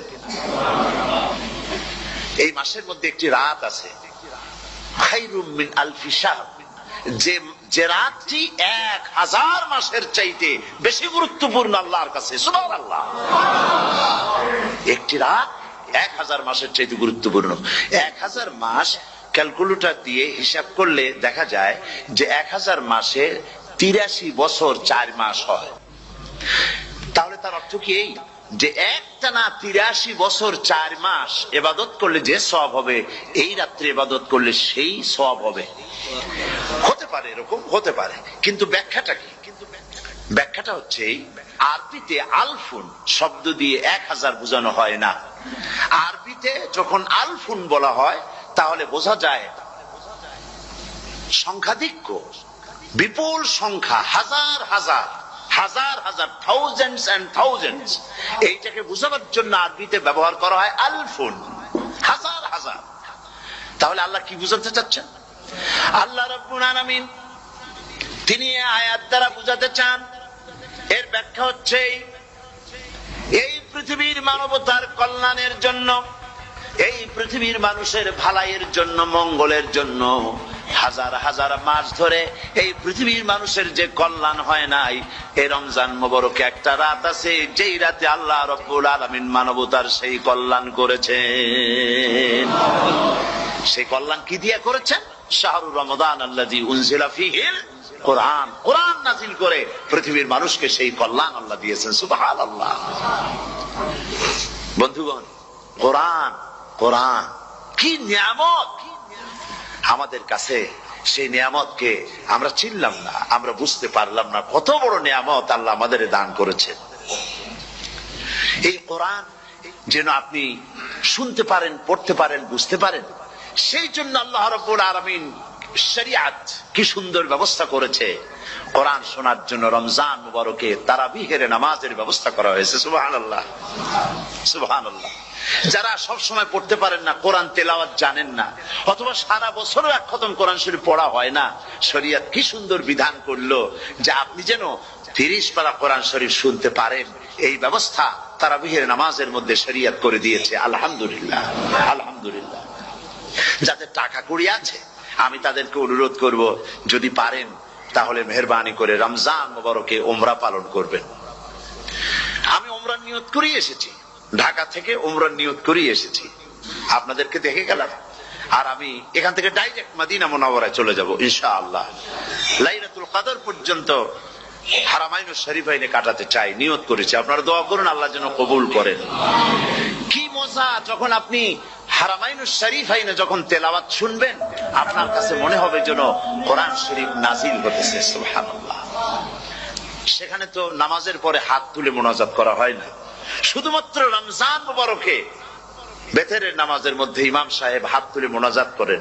গত বছর রমজান মুবারকের লাইলাতুল কদরে আমি ছিলাম, গত কয়েক বছর ধরে আল্লাহ যাওয়ার তৌফিক দিয়েছেন দয়া করে। সেখানে লাইলাতুল কদরে পত্রিকাগুলি লিখেছে 30 লাখের উপরে লোক ছিল মক্কা শরীফের, হারাম শরীফে 30 লাখের উপরে। যখন তেলাওয়াত হচ্ছে, মুনাজাত করতেছেন ইমাম সাহেব কাঁপতেছেন, মোনাজাত করতেছেন, কাঁদতেছেন, আর গোটা হারাম জুড়ে কান্নার রোল পড়ে গিয়েছে। কিভাবে কাঁদতেছেন? সারাদিন মানুষ রোজা রেখে তারপরে ইফতার করতে যখন বসে, আমি সেই জান্নাতের কথা কেমনে আপনাদের বুঝাবো? রসগোল্লা কেমন লাগে বক্তৃতা দিয়ে 6 ঘন্টা বক্তৃতা দিয়েও বোঝানো যাবে না। যদি মুখের মধ্যে ঢুকাইতে পারি তাহলে বুঝবেন যে মজাটা কি। এটা তো আমি বুঝাইতে পারবো না কি মজাটা লাগে। সারাদিন রোজা রাখার পর সমস্ত লক্ষ লক্ষ মুসল্লিরা বসে আছে মক্কা শরীফে, কাবা শরীফ সামনে, এখানে বসে আছে। রোজাদারের সামনে আছে জামজামের পানি আর মদিনা মুনাওয়ারার খোরমা। আল্লাহর ঘর সামনে, জান্নাতের থেকে আর কাকে বলে? সুবহানাল্লাহ। আর মসজিদে নববীর ভিতরে মদিনার আকর্ষণ কাশাস আলাদা। মদিনা শরীফের আপনাকে যদি পাইয়া যায় কোন আরব, কোন মাদানী, আপনারা ছাড়বি না, আদর করে পাশে বসাবে। তোমারে আমি এই জিনিস খাওয়াবো, এইটা দিয়ে ইফতার করাবো, আমার কাছ দিয়ে তুমি উঠতেই পারবে না। আপনাকে জোর করে বসায় দিবে মসজিদে নববীতে, রিয়াদুল জান্নাহ, রাসূল করিম সাল্লাল্লাহু আলাইহি ওয়াসাল্লামের কবর শরীফের কাছে বসে আপনি ইফতার করতেছেন। কত বড় নসিব! সেই জন্য আমি বলি, হলিডে করার জন্য আমেরিকা, সিঙ্গাপুর, হাবিজাবি এই সমস্ত ঘুরে কোনো লাভ নাই। হলিডে করতে চান, রমজান মুবারকে চলে যান হারামাইনুল শরীফাইন, মদিনা আল মুনাওয়ারা, মক্কা আল মুকাররমা। কপাল খুলে যাবে, জিন্দেগীর সমস্ত গুনাহ খাতা আল্লাহ পাক মাফ করে দিবেন। রাসূল করিম সাল্লাল্লাহু আলাইহি ওয়াসাল্লাম বলেছেন, রমজান মুবারকে যে উমরা করলো সেজন্য হজ আদায় করলো। সুবহানাল্লাহ। অন্য রিওয়ায়াতে এসেছে, যে ব্যক্তি রমজান মুবারকে উমরা করলো সেজন্য আমার সাথে হজ আদায় করলো। সুবহানাল্লাহ। তো বলতেছিলাম যে কোরআনে কারীম হচ্ছে একটি বিরাট নিয়ামত। এই নিয়ামত শোনানো হয় রমজান মুবারকে। আমি এবার এসে খুব খুশি হলাম একথা শুনে যে ইস্ট লন্ডন মসজিদ তারা একটা ব্যবস্থা করেছে, সুন্দর একটা রেডিও তারা আবিষ্কার করেছে। না কি করছেন আপনারা? ট্রান্সমিটার তৈরি করেছেন। ওনারা ওখানে রেডিও বিক্রি করেন। আপনারা বহুটা খরচ করেছেন, তারা হাজার হাজার পাউন্ড খরচ করে টাওয়ার বানিয়েছেন এবং একটা ফ্রিকোয়েন্সি তারা নিজেরা নিয়েছেন। আর রেডিওগুলি 125 পাউন্ড করে ওনারা দিচ্ছেন খরচ হিসেবে। এটা যারা নিয়ে যায় ঘরের মধ্যে বসে তারাবিহের তেলাওয়াত তারা শুনতে পাবেন। মহিলারা অনেক সময় আসতে পারেন না, মহিলারা ঘরে বসে শুনতে পারবেন। ওই ইস্ট লন্ডন মসজিদে যত ওয়াজ হবে, তেলাওয়াত হবে, নামাজ হবে, আজান হবে, ওয়াজ হবে, জিকির হবে, সব আপনার ঘরে বসে আপনি শুনতে পারবেন। আল্লাহ রাব্বুল আলামিন এই ইকদামকে, এই পদক্ষেপকে আল্লাহ কবুল করুন, সবাই বলেন আমিন। এবং প্রত্যেকের ঘরে ঘরে এই রেডিও পৌঁছে যাক, আমরা বলি আমিন। আল্লাহ যেন কবুল করেন। আপনি ঘরে বসে মসজিদের সমস্ত প্রোগ্রাম পেতে পারবেন। আর কি সুন্দর, সেখানে যিনি তেলাওয়াত করেন, আজান দেন, আলহামদুলিল্লাহ, তার আজান শুনলে পরে তো মনে হয় যে আমি মক্কা শরীফে চলে গেছি, মদিনায় চলে গেছি। আর তেলাওয়াত কত সুন্দর, আলহামদুলিল্লাহ। আল্লাহ তার প্রতি রহম করুন, আমরা বলি আমিন। সুতরাং বলতেছিলাম যে এই পবিত্র রমজানুল মুবারক, এটি কি জিনিসটা, কি জিনিসটা বুঝাবার জন্য আমি বলি, যেমন এই ঘড়িটা এটা কেনার পর 2-1 বছর পর এটা ফাস্ট হয় অথবা কি হয়, স্লো হয়ে যায়। তখন এটাকে সারার জন্য আমরা হসপিটালে দেই। হসপিটাল মানে লন্ডন হসপিটাল না, ঘড়িরও হসপিটাল আছে। তো ঘড়ির হসপিটালে দিলাম, ওরা এটাকে দেখে শুনে ওয়াইলিং করে টরে দিল ঠিক মতো। একবার যদি ঠিক করে দিল, আবার আমার 1-2 বছর চললো, আর কোনো ডিস্টার্ব করবে না, ঠিক কিনা? আপনার গাড়ির ইঞ্জিন যদি কোনো রকমের অসুবিধা করে, তাহলে গাড়ির ইঞ্জিনকে ওভারহোলিং করতে হয়, ইঞ্জিন ডাউন দিতে হয়। একবার যদি ইঞ্জিন ডাউন দিলেন, ওভারহোলিং করলেন, তাহলে আপনার এই গাড়ি 5-6 বছরের জন্য আর হাত দিতে হবে না। এই কথাগুলি বুঝতে পারছেন কিনা? সারা জীবন, সারা মাস অন্যায় করার পরে, গুনাহ করার পরে মানুষের অন্তঃকরণে কালিমা লেগে যায়। আল্লাহ রাব্বুল আলামিন রমজান মুবারকের একটা ব্যবস্থা করেছেন, ইঞ্জিন ওভারহোলিং এর মতো, ইঞ্জিন ডাউন দেওয়ার মতো।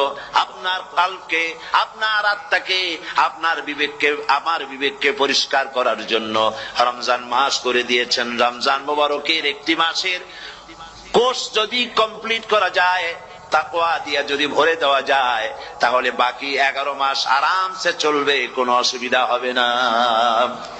নবীজি বলেছেন, রমজান মুবারকে মাস আসার সঙ্গে সঙ্গে আল্লাহ রাব্বুল আলামিন তিনি জান্নাতের সমস্ত দরজাগুলি খুলে দেন, আর জাহান্নামের সব দরজাগুলি আল্লাহ রাব্বুল আলামিন বন্ধ করে দেন। সুবহানাল্লাহ। আর শয়তানকে শৃঙ্খল দিয়ে বেঁধে ফেলা হয়, শিকল দিয়ে শয়তানরা বান্ধা হয়ে যায়। এই হাদিসটা যখনই শোনাই বিভিন্ন জায়গায়, লোকেরা বিভিন্ন জায়গায় প্রশ্ন করে, হুজুর কোন তো যে শয়তানরে বান্ধিতে হয়, কিন্তু রমজান মাস হতো লোকেরা মদ খায়, মিথ্যা কথা কয়, তাহলে শয়তান বান্ধা থাকলো কেমনে? আমি বলি দেখেন এর ব্যাখ্যা আছে। এর ব্যাখ্যা হলো এই, কোন কোন ঘড়ি আছে একবার চাবি দিলে 6 মাস চলে, আর একবার চাবি দিলে 2 বছর চলে, আবার চাবি দিলে লাইফ চলে যায়। এরকমের ঘড়িও আছে। কোন কোন মানুষের শয়তানে এমন চাবি দিছে যে চাবিতে 6 মাস চলে, কোনটায় 10 মাস চলে, কোনটায় বছর চলে। রোজার মাসেও যারা গুনাহ করে শয়তানে এমন চাবি দিছে যে রোজার মাসেও বন্ধ হচ্ছে না। এরা শয়তানের খপ্পরে পড়ে গেছে। আল্লাহ এই চাবি থেকে মুসলমানদেরকে হেফাজত করুন বলি আমিন। জোরে বলেন আমিন।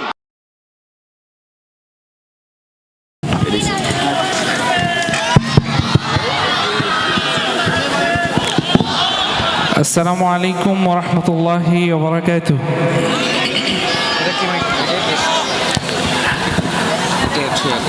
প্রিয় চৌগাছাবাসী, আপনারা কেমন আছেন? আলহামদুলিল্লাহ, আমরাও ভালো আছি। আমি শুরুতেই ধন্যবাদ জানাই ইসলামী যুব আন্দোলন চৌগাছা উপজেলা শাখা, যারা আজকের এই চমৎকার আয়োজন করেছেন। মহান বিজয় দিবসে, বিজয়ের মাস উপলক্ষে ইসলাম দেশ ও মানবতার মুক্তির কল্যাণে যারা জীবন দিয়ে গেছেন সেই শহীদদের স্মরণে আজকের এই চমৎকার আয়োজনের সংশ্লিষ্ট সবাইকে ধন্যবাদ জানাচ্ছি। আপনারা যারা দূর দূরান্ত থেকে কষ্ট করে এই শীতের রাতে এত দূর থেকে আপনারা কলরবের ভালোবাসা, ইসলামী নাশিদের ভালোবাসায় এসেছেন, সকল শ্রোতা ভক্ত শুভাকাঙ্ক্ষীদেরকে কলরব পরিবারের পক্ষ থেকে মোবারকবাদ এবং ধন্যবাদ জানাচ্ছি। সেই সাথে দুঃখজনক হলেও সত্য একটা বিষয় আপনাদেরকে শেয়ার করতেই হয় আমাদেরকে। আপনারা অবগত আছেন, সারা দেশের মানুষ ইতোমধ্যে জেনেছে যে আমাদের একটা ছোট ভাই কলরবের জনপ্রিয় নাশিদ শিল্পী আহনাফ খালিদ গত পরশু সে রাতের বেলা বাইক অ্যাক্সিডেন্টে মারাত্মক আহত হয় এবং পরিস্থিতিটা খুব ক্রিটিক্যাল ছিল। আলহামদুলিল্লাহ, আল্লাহ তাআলার অশেষ মেহেরবানিতে এবং বাংলাদেশের হাজার হাজার লক্ষ মানুষের দোয়া ভালোবাসায় আল্লাহ তাআলা আসলে তাকে সেই ক্রিটিক্যাল পরিস্থিতি থেকে কিছুটা, আমরা এখন আশাবাদী, হয়তো আল্লাহ তাআলা তাকে আমাদের মাঝে ফিরিয়ে দিবেন। আমরা সেই দোয়া এখনো করছি এবং করব ইনশাআল্লাহ। তো আমি শুরুতেই ছোট ভাইয়ের জন্য আপনাদের সবার কাছে দোয়া কামনা করছি। আমরা আসলে কলরব একটা পরিবারের মতো, এই পরিবারে আমরা অনেককেই হারিয়েছি। আপনারা অবগত আছেন, আমাদের ওস্তাদ যার হাত ধরে কলরব আমরা এবং বাংলাদেশে ইসলামী সঙ্গীত সংস্কৃতি এত দূর এগিয়ে গেছে, যার জন্য আমরা আসলে বাংলাদেশের মানুষ ইসলামী সঙ্গীত বলতে কিছু একটা আছে এটা আমরা জানি, শুধু আমরা না, এবং মেইন স্ট্রিম মিডিয়াতে যারা আছে তারাও জানে যে না, ইসলামী সঙ্গীত যারা গায় তারা এখন ভালো করছে আলহামদুলিল্লাহ। একটা সময় ইসলামী সঙ্গীত সম্পর্কে বাংলাদেশের মানুষের ধারণা তেমন একটা ছিল না। এখন আমরা বাজারে ঘাটে বিভিন্ন অকেশনে, বিয়ের অনুষ্ঠানে, গায়ে হলুদ থেকে শুরু করে সব ধরনের পরিবেশে মাশাআল্লাহ ইসলামী সঙ্গীতগুলো বাজে, তাই না? তো এটা আমাদের জন্য খুব ভালো দিক। আসলে আমাদের লক্ষ্য উদ্দেশ্য এটাই যে আমরা অপসংস্কৃতির মোকাবেলায় সুস্থ সংস্কৃতি বিকাশের লক্ষ্যে কাজ করি। আমরা চাই শুধু বাংলাদেশে নয়, আমাদের মুসলিম যুবকরা যাতে মিউজিক্যাল হারাম গান থেকে বিরত থাকে, সেই লক্ষ্য নিয়ে আমাদের উস্তাদ কাজ করে গেছেন। আমরা তাকে হারিয়েছি, আমরা তার জন্য দোয়া করব। আমরা হারিয়েছি আমাদের আরও একজন আমাদের সহপাঠী বন্ধু, আমাদের মাহফুজকে হারিয়েছি। তো আমরা আর কাউকে হারাতে চাই না। আপনারা দোয়া করবেন আমাদের জন্য সব সময়। আমরা আসলে অনেক বেশি জার্নি করতে হয় আমাদের, এইটা আল্লাহ তাআলা ছাড়া আসলে আমাদের রক্ষা করার আর তো কোনো ওয়ে নাই, কেউ রক্ষা করতেও পারবে না। সুতরাং আপনাদের দোয়া, আল্লাহ তাআলার মেহেরবানি, এইটাকে পুঁজি করে আমরা প্রতিনিয়ত চলছি এবং চলবো ইনশাআল্লাহ। আপনারা আমাদের জন্য দোয়া করবেন ইনশাআল্লাহ। তো আমরা আশাবাদী যে অতি শীঘ্রই ইনশাআল্লাহ আমাদের আহনাফ খালিদ আবারও আপনাদের মাঝে ফিরবে। আপনারা সবাই তার জন্য দোয়া করবেন তো ইনশাআল্লাহ। আল্লাহ তাআলা তাকে দ্রুত সুস্থ তার নিয়ামত দান করুন, সবাই বলি আমিন। আমার সাথে আজকে কলরবের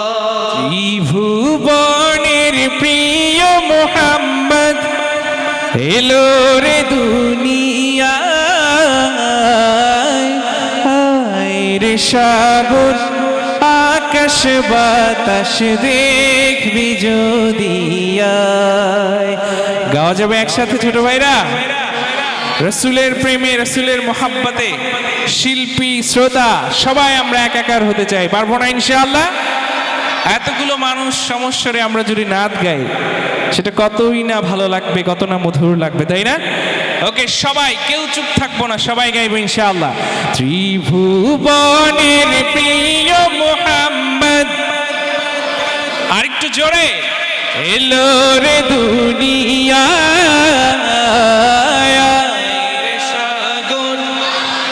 মনিটর বাড়ানো যদি রে সাগর আকাশ বাতাস দেখবি যদি ত্রিভুবনের প্রিয় মোহাম্মদ এলো রে দুনিয়া রে সাগর দেখবি যদি রে সাগর। মাশাআল্লাহ মাশাআল্লাহ। ধুলির ধারা বেহেশতে আজ জয় করিল দিল রে লাজ, ধুলির ধারা বেহেশতে আজ জয় করিল দিল রে লাজ। আজকে খুশির ঢল নেমেছে, আজকে খুশির ঢল নেমেছে তুষার সাহারা রে সাগর দেখবি যদি রে সাগর দেখবি যদি দেখ আমি না মায়ের কোলে দোলে শিশু ইসলাম দোলে, দেখ আমি না মায়ের কোলে দোলে শিশু ইসলাম দোলে। কচি মুখে শাহাদাতের, কচি মুখে শাহাদাতের বাণী শেষ রে সাগর দেখবি যদি রে সাগর দেখবি যদি ইশকে নবী। এত ক্ষীণ আওয়াজ, আমি কিন্তু আহত হচ্ছি আপনাদের কণ্ঠের আওয়াজ শুনে। আপনারা কি রসুলকে মোহাব্বত করেন না? সবকিছুর থেকে রসুলের প্রতি মোহাব্বত বেশি থাকতে হবে, তাই না? সুতরাং আমরা দিল খুলে কণ্ঠ ছেড়ে কণ্ঠের সবটুকু আওয়াজ দিয়ে একসাথে গাইবো ইনশাআল্লাহ, ছোট বড় সবাই। ইশকে নবী। আচ্ছা, বুঝতে পেরেছি, আওয়াজ বাড়ার একটা ফর্মুলা আছে, অ্যাপ্লাই করব। আচ্ছা, এই যে এই লাইটের এই পাশ থেকে একটা দল, এখানে আরেকটা দল, এখানে আরেকটা দল, দেখি কাদের আওয়াজ বেশি হয়, ঠিক আছে? তারপর সঙ্গীত শুরু করব। আওয়াজ না হলে চলবে না। যশোরের মানুষ কি ঘুমন্ত? আমরা তো দেখি যে বাংলাদেশের যে কোনো পরিস্থিতিতে, যে কোনো সমসাময়িক ইস্যুতে যশোরের মানুষ সবার আগে গর্জে ওঠে, ঠিক কিনা? সুতরাং এই গর্জন তো ঠিক রাখতে হবে। পরিস্থিতি আগের থেকে অনুকূলে না, এখন তো আওয়াজ আরো অনেক বেশি ভালো হতে হবে, তাই না? ওকে, আমরা দেখি একটু কাদের আওয়াজ বেশি হয় নাকি। ইশকে নবী, আপনারা ইশকে নবী, এই পাশে ইশকে নবী। আমার কাছে সিমিলার মনে হয়েছে, তিন গ্রুপেই সিমিলার মনে হয়েছে। এবার সবাই মিলে একটু আওয়াজ দেই। ইশকে নবী জিন্দাবাদ, ইশকে নবী, ইশকে নবী জিন্দাবাদ, ইশকে নবী জিন্দাবাদ, ইশকে নবী, ইশকে নবী ইশকে নবী জিন্দাবাদ, ইশকে নবী জিন্দাবাদ। আমার মনের ভুবন জুড়ে উঠলো যখন চাঁদ, তারার মিছিল কোরাস ধরে বলল মুহাম্মদ। ঝিঝির দলে দুরুদ সুরে নামলো খুশির রাত দুপুরে, ঝিঝির দলে দুরুদ সুরে নামলো খুশির রাত দুপুরে। সেই খুশিতে জাগলো ধরা, চললো তোমার পরম্পরা। মনের আকাশ আনলো মনে দূর মদিনার চাঁদ। ইশকে নবী, ইশকে নবী, ইশকে নবী জিন্দাবাদ। ইশকে নবী, ইশকে নবী, ইশকে নবী জিন্দাবাদ। ইশকে নবী, ইশকে নবী, ইশকে নবী জিন্দাবাদ, ইশকে নবী জিন্দাবাদ। রক্ত কোনায় দফায় দফায় ওঠে শিহরণ, মুহাম্মাদের নামের সুরে গায় পাখি যখন, আকুল সুরে শিল্পী কবি গাইলে প্রেমে নাতে নবী। আকুল সুরে শিল্পী কবি গাইলে প্রেমের নাতে নবী। মন হয় যে পাগল পারা, না হয় দু চোখ সরু ধারা। দিল পরিবেশ দুরুদ সুরে চায় দিদারের স্বাদ। ইশকে নবী, ইশকে নবী, ইশকে নবী জিন্দাবাদ। ইশকে নবী, ইশকে নবী, ইশকে নবী জিন্দাবাদ। ইশকে নবী, ইশকে নবী, ইশকে নবী জিন্দাবাদ। ইশকে নবী জিন্দাবাদ। ভোরের বাতাস বইলে বলি সালাম নিয়ে যাও, ফিরতি পাখির কাছে বলি রোজার সুবাস দাও। আমার বোকা আবেদার তাই আকাশ থেকে সান্ত্বনা পাই। আমার বোকা আবেদার তাই আকাশ থেকে সান্ত্বনা পাই। মায়ার নবীর হাত হতে কাল আবে হায়াত আবে কপাল, হৃদয়ে কোরাস ওঠে ইশকে নবী জিন্দাবাদ। ইশকে নবী, ইশকে নবী, ইশকে নবী জিন্দাবাদ। ইশকে নবী, ইশকে নবী, ইশকে নবী জিন্দাবাদ। ইশকে নবী, ইশকে নবী, ইশকে নবী জিন্দাবাদ। ইশকে নবী জিন্দাবাদ। ইশকে নবী, ইশকে নবী, ইশকে নবী জিন্দাবাদ। ইশকে নবী জিন্দাবাদ, জিন্দাবাদ। জোরে সোরে বলেন মারহাবা। আরো জোরে বলতে হবে মারহাবা। বিশ্ব নবীর অপমানে যদি না কাটে তোমার মুসলিমই নয় মুনাফিকি, তুমি নবীজির দুশমন। বিশ্ব নবীর অপমানে যদি না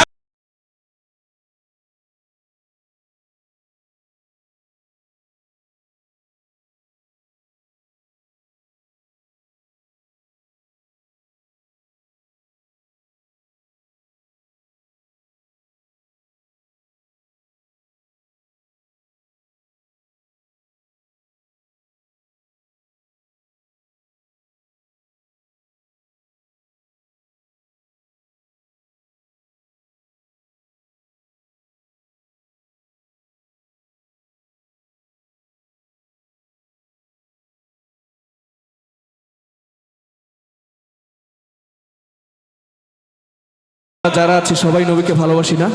কারা কারা ভালোবাসেন হাতগুলো উঠান তো দেখি। আমরা আমাদের নবীজির জন্য জীবনও দিতে পারি, ঠিক কিনা? আর এই নবীর শানে এই বাংলার জমিনে কোনো নাস্তিক মুরতাদ যদি কটূক্তি করে মুসলমানটা কি ঘরে বসে থাকতে পারে? এই নবীর শানে শরীরের সকল শক্তি দিয়ে জোরে সুরে আওয়াজ দিয়ে এই দুইটি লাইন গাইতে পারবো না ইনশাআল্লাহ? তুমি সাচ্চা মুসলমান, আরো আওয়াজ দিয়ে, তুমি সাচ্চা মুসলমান, নবীর প্রেমে জাগ্রত তুমি নির্ভীক পালোয়ান, শ্রেষ্ঠ নবীর ব্যঙ্গ করে পাপিষ্ঠ আর বদনসিব আমরা তাদের ঘৃণা জানাই, ঠিকই ঠিকই ঠিকই শতধিক। জাতিসংঘের কাজ কি তবে দর্শক হয়ে থাকবে চুপ? সাম্প্রদায়িক সম্প্রীতি আর যাচ্ছে ভেঙে পাচ্ছে লোক। আজকে যারা কুলাঙ্গারের পক্ষপাতী করছো সব, তোমরা কেহ ছাড় পাবে না, সত্য ধরা পড়বে ঠিক। বয়কট হবে, বিকৃত হবে বিশ্ব জুড়ে, নিন্দা কুড়াবে জাগলে মুসলমান, জাগলে মুসলমান, তুমি সাচ্চা মুসলমান, নবীর প্রেমে জাগ্রত তুমি নির্ভীক পালোয়ান, তুমি সাচ্চা মুসলমান, নবীর প্রেমে জাগ্রত তুমি নির্ভীক পালোয়ান, নিষ্ঠ উদার দয়ার আধার রহমাতুল লিল আলামিন, তার অপমান করছে যারা দুষ্টই তোর শালীন, যার পরশে আলো পেল ইউরোপ থেকে সুদূর চীন, তার সামনে কেউ বললে কথা মানবে না তাই জমিন। কেউ কখনো কোথাও যদি সাহস দেখায় ফেরে মন, মুসলিম জাতি সঙ্গ করে জবাব দিবে বীর মুমিন। ঘেরাও করো ওদের গদি, ভুলের ক্ষমা না চায় যদি, জোরে হাঁকো আজান, জোরে হাঁকো আজান, তুমি সাচ্চা মুসলমান, নবীর প্রেমে জাগ্রত তুমি নির্ভীক পালোয়ান, তুমি সাচ্চা মুসলমান, নবীর প্রেমে জাগ্রত তুমি নির্ভীক পালোয়ান।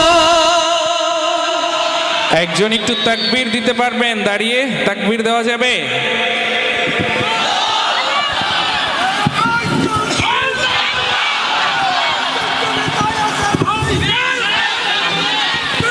মাশাআল্লাহ, মাশাআল্লাহ, মাশাআল্লাহ।